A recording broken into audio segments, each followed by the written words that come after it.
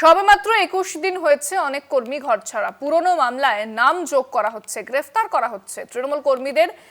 আমাদের নেত্রী রোজ মিটিং করছেন, বিধায়করা যাচ্ছেন নিজের এলাকায়, এর মধ্যে দিয়েই আমাদের প্রতিবাদ হচ্ছে, এমনটাই কুণাল ঘোষ তিনি দাবি করেছেন।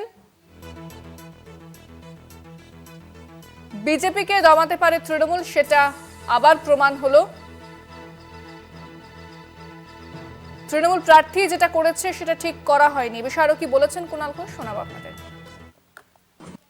ওনারা একটা মহল তৈরি করেছেন, তার সঙ্গে এখনো সেই পোস্ট পোল ভায়োলেন্সটা চলছে। আমাদের প্রবলেম হচ্ছে পোস্ট পোল ভায়োলেন্স, ওনাদের প্রবলেম হচ্ছে পোস্ট পোল বিজেপি। তো এখন এই গোটা সমস্যাটা গুলো একটু থিতোতে দিন, ওইগুলো এখন ওটা পার্টির একদম ইন্টারনাল বিষয়। ফলতার গোটা রেজাল্টটা সিপিএম এর ব্যর্থতা, সিপিএম এর লজ্জা। তৃণমূলের সমালোচনা তো অনেক হয়েছে, তৃণমূলের প্রার্থী তিনি যেটা করেছেন সেটা আমরা কেউ সমর্থন করছি না। পার্টির এতে ফেস লস হয়েছে। আবার তার দিক থেকে সমস্যা ছিল যে যারা ভোট করে, পোলিং এজেন্ট, কর্মী, একের পর এক তাদের ঘর ছাড়া করে দেওয়া হচ্ছে, আটক করে নেওয়া হচ্ছে। এবার আমাদের ক্যান্ডিডেট ভোটের আগে ঘোষণা করে দিলেন যে আমি ভোটে নেই, হলো।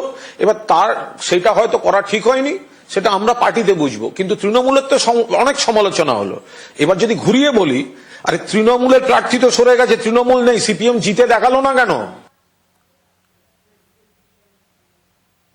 সিপিএম এর জিতে দেখানোর সুযোগ ছিল, বিজেপিকে দমাতে পারে একমাত্র তৃণমূল, সেটা আবার প্রমাণ হলো।